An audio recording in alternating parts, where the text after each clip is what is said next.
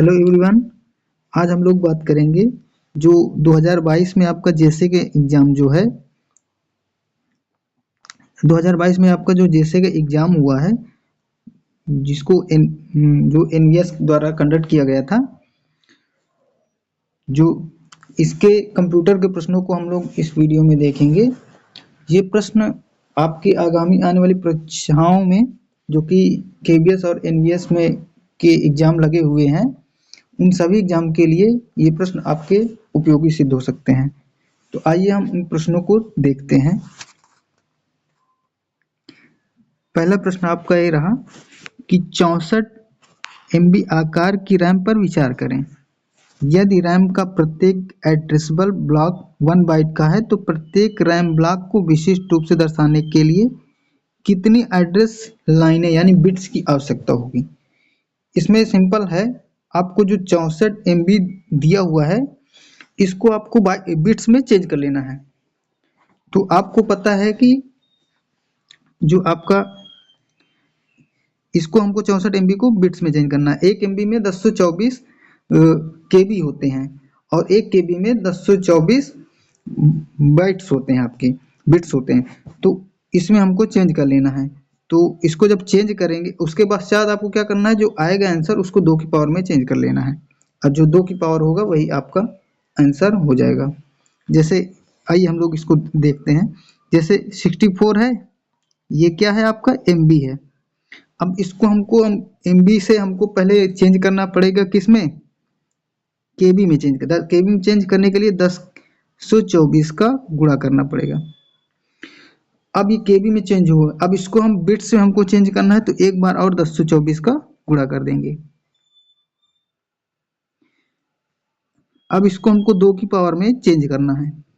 64 जो होता है आपकी 2 की पावर 6 होता है और 1024 जो होता है आपको 2 की पावर 10 होता है और अगला वाला भी 1024 2 की पावर 10। अब जब गुणे में क्या होता है, अगर आधार सेम है तो पावर जो होती हैं वो सब जुड़ जाएंगी, यानी जिसकी जो पावर 10 10 20 और 6 26, यानी 2 की पावर आपका क्या बन जाएगा 26, यानी 26 बन गया। अब जो 2 की पावर में है यही आपका आंसर हो जाएगा, यानी इसका आंसर क्या हो जाएगा 26 आपका आंसर हो जाएगा, यानी ऑप्शन सी इसका आंसर है। ये ना समझ में आया हो तो इसका सलूशन आप इसमें देख सकते हैं, इसको समझ लीजिएगा। इसके बाद हम लोग अगला प्रश्न देखते हैं।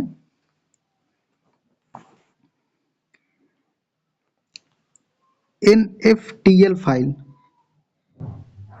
डायरेक्टरी नाम किसी भी एक्सटेंशन सहित कितने कैरेक्टर तक लंबा हो सकता है। तो ये हो सकता है आपका 255 कैरेक्टर तक आपका लंबा हो सकता है। इसका आंसर जो होगा ऑप्शन ए सही हो जाएगा, 255 कैरेक्टर तक। इसको ऐसे याद कर लेना आपको।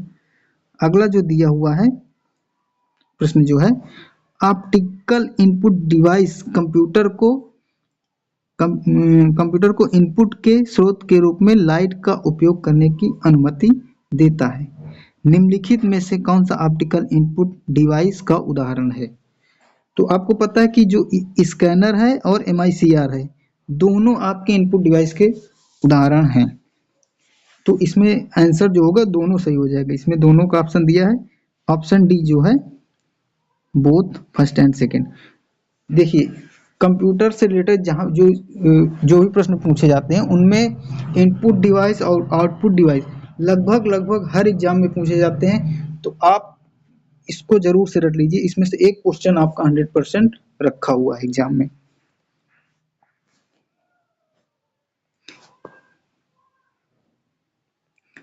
देखिए, इसका फुल फॉर्म भी आपको देख लीजिएगा कि MICR का फुल फॉर्म क्या होता है, magnetic ink character recognition. Full form आपको जरूर सबके याद रखना है। इसके बाद हम लोग अगला प्रश्न देखते हैं। सूचना कियोस्क, चौथा प्रश्न है आपका, सूचना कियोस्क इंफॉर्मेशन कियोस्क के संबंध में निम्नलिखित में से कौन सा कथन जो है असत्य है। इस क्वेश्चन में क्या है, थोड़ा कंफ्यूजन है। इसका जो है आंसर इसमें जो दिया गया है, इसमें दिया गया है ऑप्शन डी दिया गया है, ना तो 1 और ना तो 2, और इसमें मुझको भी कंफ्यूजन है, तो इसलिए ये प्रश्न को मैं छोड़ रहा हूँ। आप लोग इसको देख लीजिएगा। किसी को आता है तो कमेंट बॉक्स में इसके बारे में डिटेल शेयर कर सकता है। इसके बाद हम लोग अगला प्रश्न देखते हैं।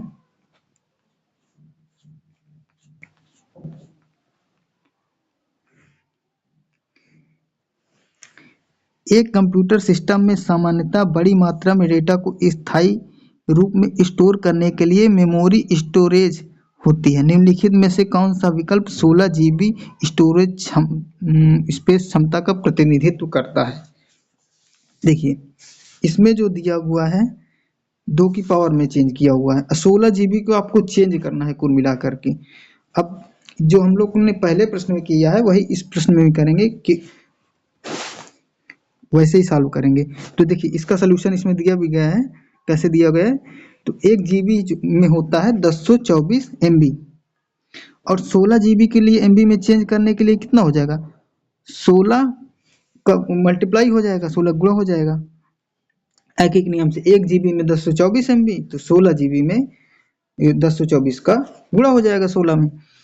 अब इसका जो आंसर है इसको हम 2 की पावर में चेंज कर लेंगे। 2 की पावर ये बनेगा 2 की पावर 14 MB। तो यही आपका आंसर हो जाएगा। क्या होगा? ऑप्शन सी, 2 की नहीं, कौन सा 2 की पावर 14 किस में है? डी ऑप्शन में। आपका जो डी ऑप्शन है यही सही हो जाएगा। इसके बाद हम लोग अगला प्रश्न देखते हैं, 6वां प्रश्न। निम्नलिखित में से कौन सा मोबाइल ऑपरेटिंग सिस्टम नोकिया द्वारा विकसित किया गया है? तो नोकिया द्वारा जो विकसित किया गया है बाडा और एंड्रॉयड ऑप्शन में दिया गया है।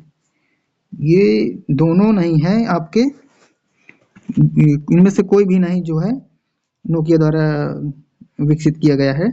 तो इसका जो आंसर ना तो 1 ना तो 2, यानी ऑप्शन सी इसका आंसर हो जाएगा। इसका डिटेल हम लोग देख लेते हैं। जो बाडा ऑपरेटिंग सिस्टम है वो सैमसंग द्वारा विकसित किया गया है। तो आपको ऑपरेटिंग सिस्टम के बारे में ही पढ़ लेना है कि कौन सा ऑपरेटिंग सिस्टम किसके द्वारा विकसित किया गया है, कौन डेवलपर कौन है। जो आपको याद रखना है, जो बाडा ऑपरेटिंग सिस्टम है वो सैमसंग द्वारा विकसित किया गया है, और जो एंड्रॉयड ऑपरेटिंग सिस्टम है, कौन सा? एंड्रॉयड, इसको गूगल ने विकसित किया है, गूगल द्वारा डेवलप किया गया है। इसके बाद हम लोग अगला प्रश्न देखते हैं। देखिए, ऑपरेटिंग सिस्टम के बारे में भी कई सारे क्वेश्चन इसमें बन रहे हैं, तो इसको भी आपको पढ़ना है अच्छे से। देखिए, ऑपरेटिंग सिस्टम के से संबंधित निम्नलिखित में से कौन सा कथन सही है? पहला जो कथन दिया हुआ है, यह एक ऐसा वातावरण प्रदान करता है जिसमें कि उपयोगकर्ता यानी यूजर और एप्लीकेशन सॉफ्टवेयर कार्य कर सकते हैं। तो ये तो आपका सही लग रहा है। सेकंड जो दिया हुआ है, यह कंप्यूटर के संसाधनों का प्रबंधन करता है और आवश्यकता अनुसार इन्हें कुशलतापूर्वक विभिन्न उपयोगकर्ताओं या कार्यों के लिए आवंटित करता है। तो ये भी सही लग रहा है। तो इसमें जो है दोनों सही हो जाएंगे। देखते हैं इसमें आंसर ए, दोनों सही है। ऑपरेटिंग सिस्टम के आपके जो कार्य हैं इनको याद करना है। ऑपरेटिंग सिस्टम का क्या क्या कार्य है? ये क्या करता है? फाइल मैनेजमेंट का कार्य करता है, मेमोरी मैनेजमेंट, प्रोसेस मैनेजमेंट ये भी करता है, सिक्योरिटी और जॉब शेड्यूलिंग, ये सब इसके कार्य हैं, इसको याद रखना है। अगला प्रश्न हम लोग देखते हैं। अगला 8वां प्रश्न कह रहा है कि निम्नलिखित में से कौन सा कथन गलत है? निम्नलिखित में से कौन सा कथन नहीं,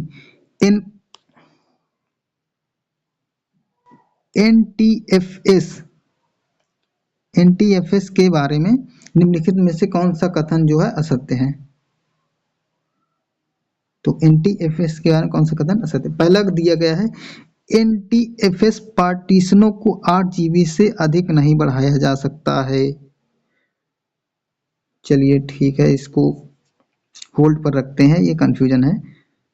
बी ऑप्शन पढ़ते हैं। एनटीएफएस का फुल फॉर्म जो है न्यू टेक्नोलॉजी फाइल सिस्टम है। ये तो बिल्कुल सही है, हमें पता है कि एनटीएफएस का फुल फॉर्म क्या है, न्यू टेक्नोलॉजी फाइल सिस्टम।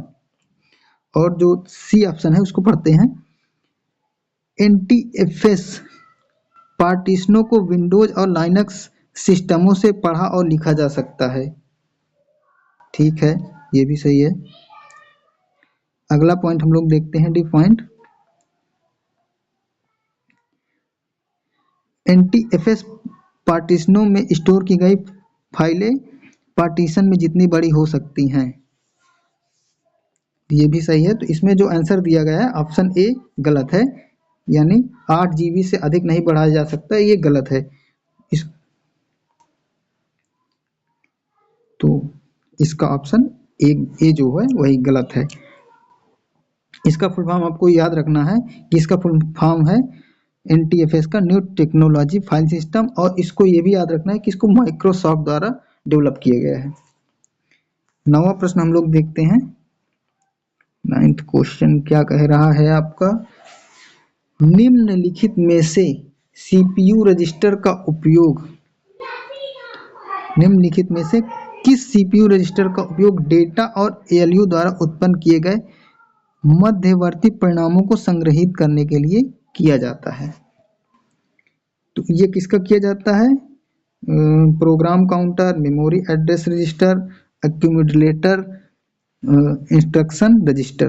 तो इसका आंसर जो होगा ऑप्शन सी हो जाएगा, एक्यूमुलेटर। क्या हो जाएगा, एक्यूमुलेटर।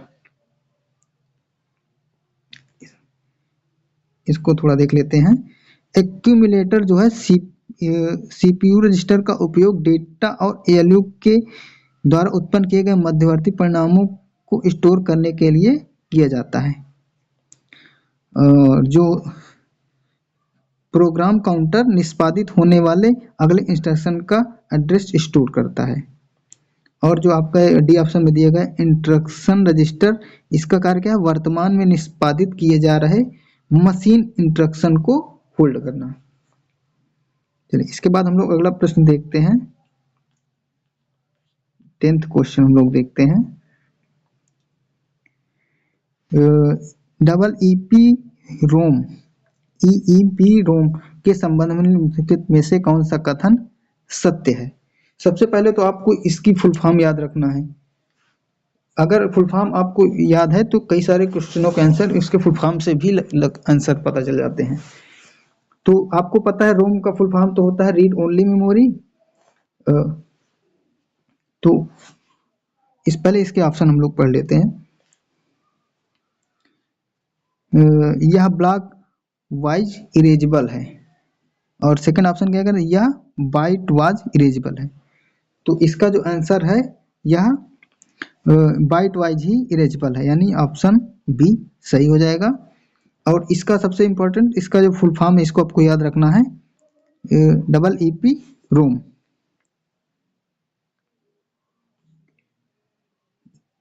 देखिए ईपी रोम का क्या होगा, electrically erasable programmable read only memory. आपका रोम का तो आपको पता ही होगा, रीड ओनली मेमोरी होता है।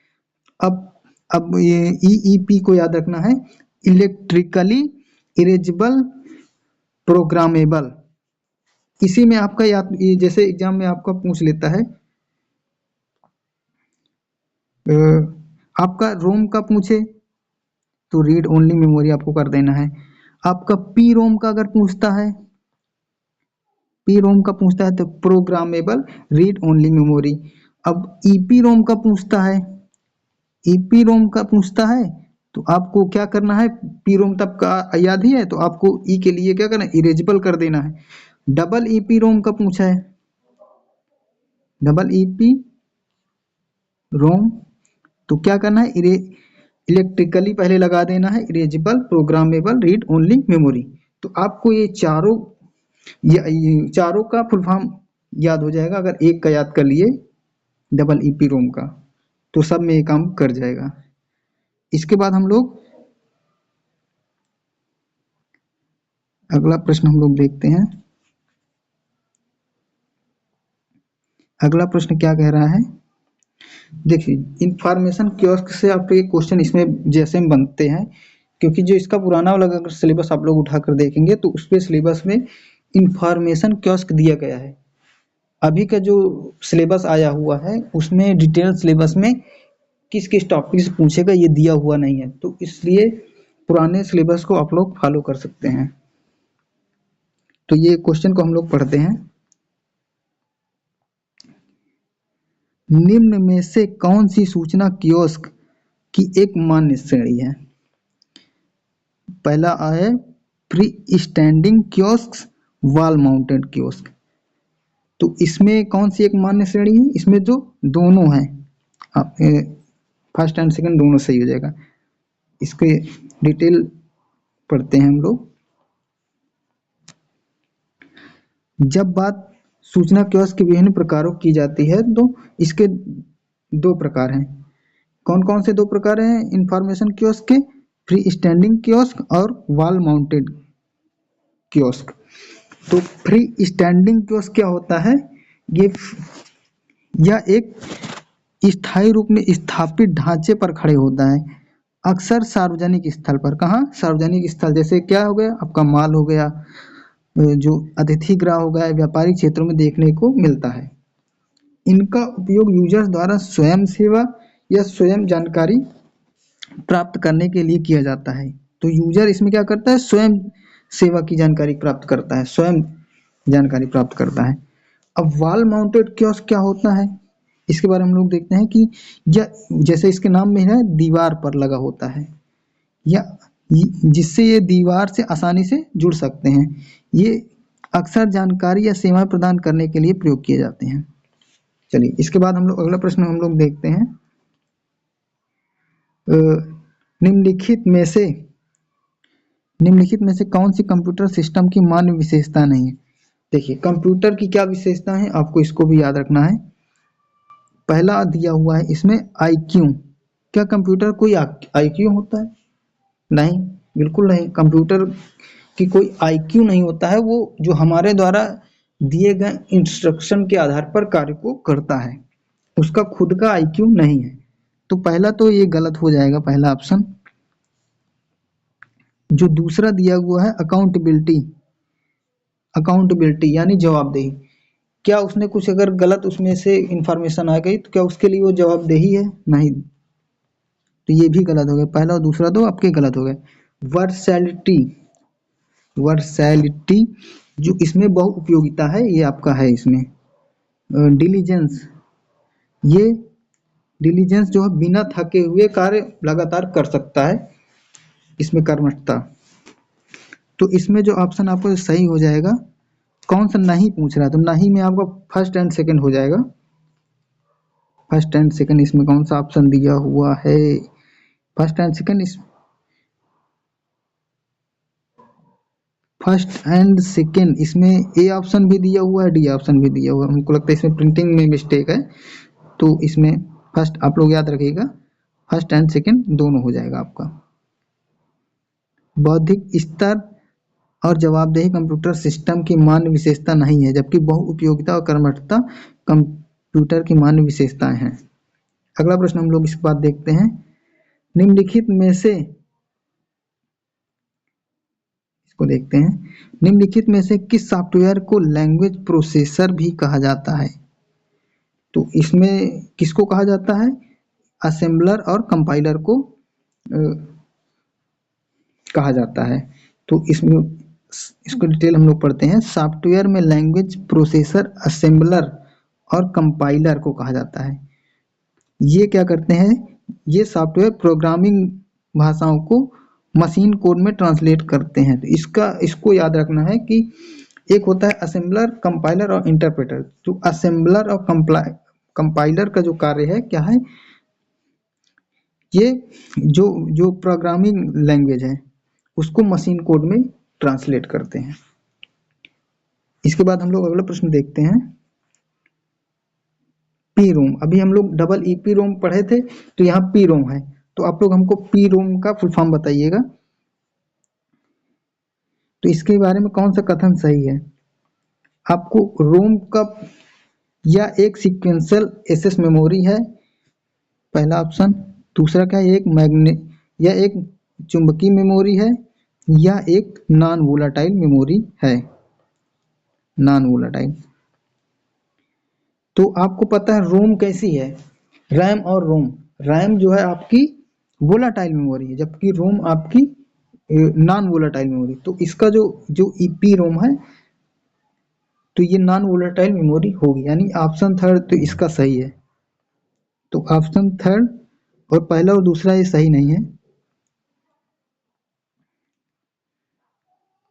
तो ऑप्शन थर्ड इसमें का आंसर है सी, ऑप्शन सही हो जाएगा। देखिए इसका फुल फॉर्म जो है पीरोम का प्रोग्रामेबल रीड ओनली मेमोरी, जैसे आप अभी हमने आप डबल ईपी रोम का फुल फॉर्म देखा था, उसी से आपका ये भी बन जाएगा।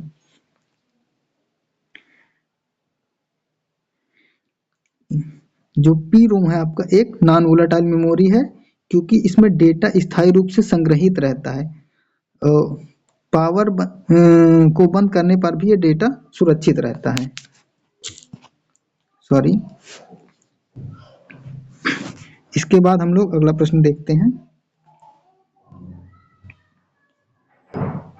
एमएस पावर पॉइंट में फॉन्ट एमएस पावर पॉइंट में फॉन्ट खोलने के लिए निम्नलिखित में से किस कीबोर्ड शॉर्टकट का उपयोग किया जाता है जिसमें आप फॉन्ट आकार, स्टाइल आदि के प्रकार को समायोजित कर सकते हैं? तो इसमें शॉर्टकट की पूछ रहा है आपको, वर्ड, एक्सेल और पावर पॉइंट तीनों के शॉर्टकट की को याद रखना है। इसको पढ़ लीजिएगा क्योंकि इसमें से एग्जाम में जरूर पूछेगा। तो इसका जो आंसर होगा ऑप्शन ए, कंट्रोल और टी। एमएस पावर पॉइंट में फॉन्ट विंडो को खोलने के लिए कंट्रोल टी की बोर्ड का शॉर्टकट का प्रयोग किया जाता है। इसमें क्या करते हैं, आपका फॉन्ट आकार, स्टाइल, प्रकार आदि को समायोजित कर सकते हैं। अगला प्रश्न हम लोग देखते हैं।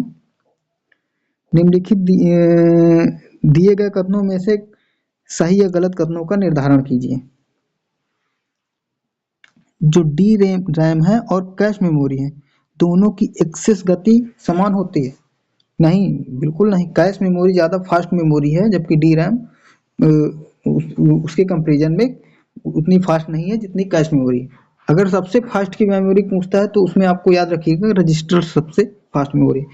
तो पहला जो इसका ऑप्शन हो जाएगा, कह रहा है पहला कथन ये आपका गलत हो जाएगा। दूसरा कथन क्या कह रहा है, कंप्यूटर सिस्टम में एस रैम और डी रैम दोनों को मुख्य मेमोरी के रूप में इस्तेमाल किया जा सकता है। हाँ, तो मेन मेमोरी के पार्ट हैं।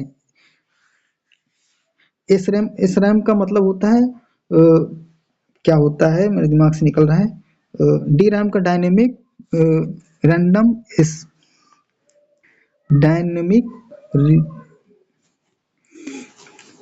डायनेमिक रैंडम एक्सेस मेमोरी, और एस रैम का जो फुल फॉर्म हो जाएगा आपका स्टैटिक रैंडम एक्सेस मेमोरी। इसको याद रखिएगा। तो इसमें जो होगा पहला जो है आपका वो रॉन्ग हो जाएगा, दूसरा सही हो जाएगा। तो यानी ऑप्शन ए इसका सही हो जाएगा।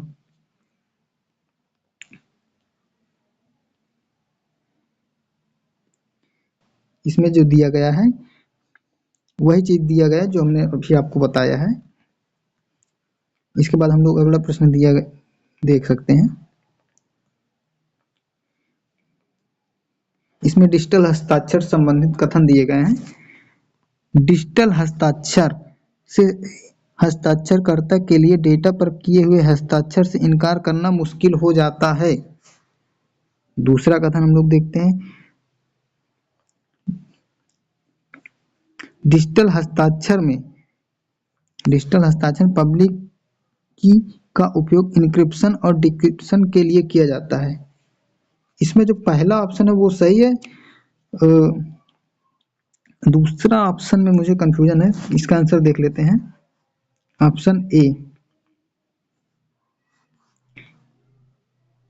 यानी इसका जो है ऑप्शन ए जो है सही है, और दूसरा जो कथन है वो गलत है। क्यों गलत है इसका डिस्क्रिप्शन आज हम लोग देखते हैं। देखिए जो आपकी पब्लिक की है इसका उपयोग इंक्रिप्शन के लिए किया जाता है। तो पब्लिक की का प्रयोग हमारा इंक्रिप्शन के लिए किया जाता है, जबकि प्राइवेट की का उपयोग डिक्रिप्शन के लिए किया जाता है। इसके बाद हम लोग अगला प्रश्न हम लोग देखते हैं।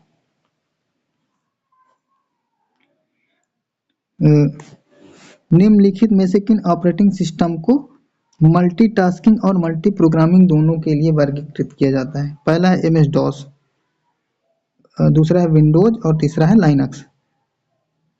आपको पता होगा एमएस डॉस। सबसे पहले तो आप लोग बताइए एमएस डॉस का फुल फॉर्म हमें बता दीजिएगा। डॉस बहुत पहले चलता था। डॉस जो होता है वो मल्टी टास्किंग नहीं है, वो सिंगल टास्क एक टाइम पे करता है।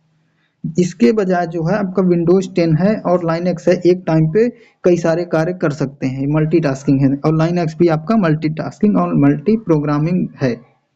तो इसमें सेकंड और थर्ड तो है लेकिन फर्स्ट नहीं है। सेकंड और थर्ड किसमें है? ऑप्शन सी में, यानी इसका आंसर ऑप्शन सी हो जाएगा, सेकंड और third.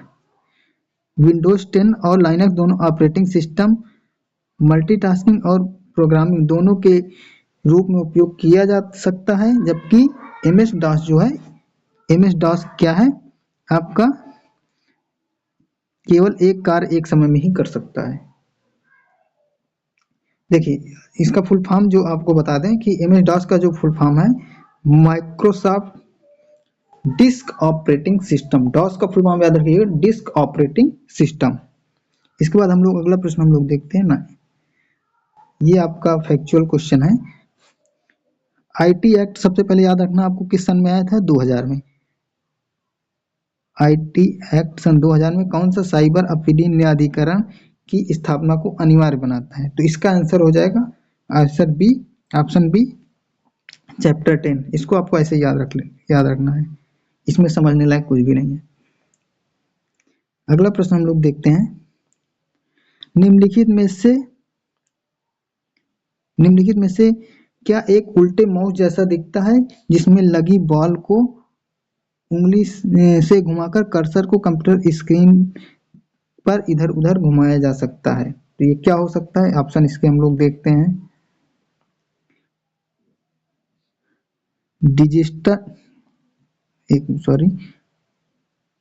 Digitiser, light pen, joystick या ट्रैक बॉल। तो इसका आंसर क्या हो जाएगा? ट्रैक बॉल, यानी ऑप्शन डी इसका सही है, ट्रैक बॉल। इसके बाद हम लोग अगला प्रश्न देखते हैं। निम्नलिखित में से कौन सा कथन असत्य है?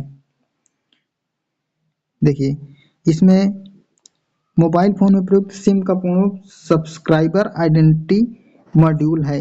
ये बहुत इंपॉर्टेंट पॉइंट, इसको याद रखिएगा। इसका सिम का जो आप लोग जो सिम यूज करते हैं, इसका जो फुल फॉर्म क्या है? Subscriber identity module. तो ये तो आपका सही हो गया। और दूसरा क्या कह रहा है? माइक्रो और नैनो सिम कार्ड का आकार बराबर होता है? बराबर नहीं होता। माइक्रो सिम कार्ड जो होता है वो बड़ा होता है और नैनो जो होता है उससे छोटा होता है। यानी इसमें केवल एक ऑप्शन सही है। तो इसमें कौन सा ऑप्शन है? डी। अच्छा गलत पूछ रहा है, तो गलत आपका ये सेकंड ऑप्शन जो है आपका गलत हो जाएगा। तो गलत ओनली सेकंड। इसके बाद अगला प्रश्न हम लोग देखते हैं। क्या कह रहा है? ई गवर्नेंस का उपयोग करने में के लाभ निम्नलिखित में से कौन से हैं? तो ई गवर्नेंस में क्या होता है? भ्रष्टाचार में कमी होती है और हाई ट्रांसपेरेंसी होती है। तो आपके दोनों ऑप्शन सही हो जाएंगे, तो यानी दोनों ए ऑप्शन आपका सही हो जाएगा, यानी भ्रष्टाचार में कमी और उच्च पारदर्शिता। चलिए आज के लिए इतना ही। अगले वीडियो में हम लोग और दूसरे सालों के प्रश्नों को सॉल्व करेंगे। अगर आप लोग बोलेंगे तो इसके अन्य पार्टों को भी हम लोग करा देंगे, जो कि जीके के क्वेश्चन है, मैथ रीजनिंग के हैं। आपको ज़रूरत हो तो कमेंट कीजिएगा, उनको भी हम लोग देख लेंगे। चलिए धन्यवाद।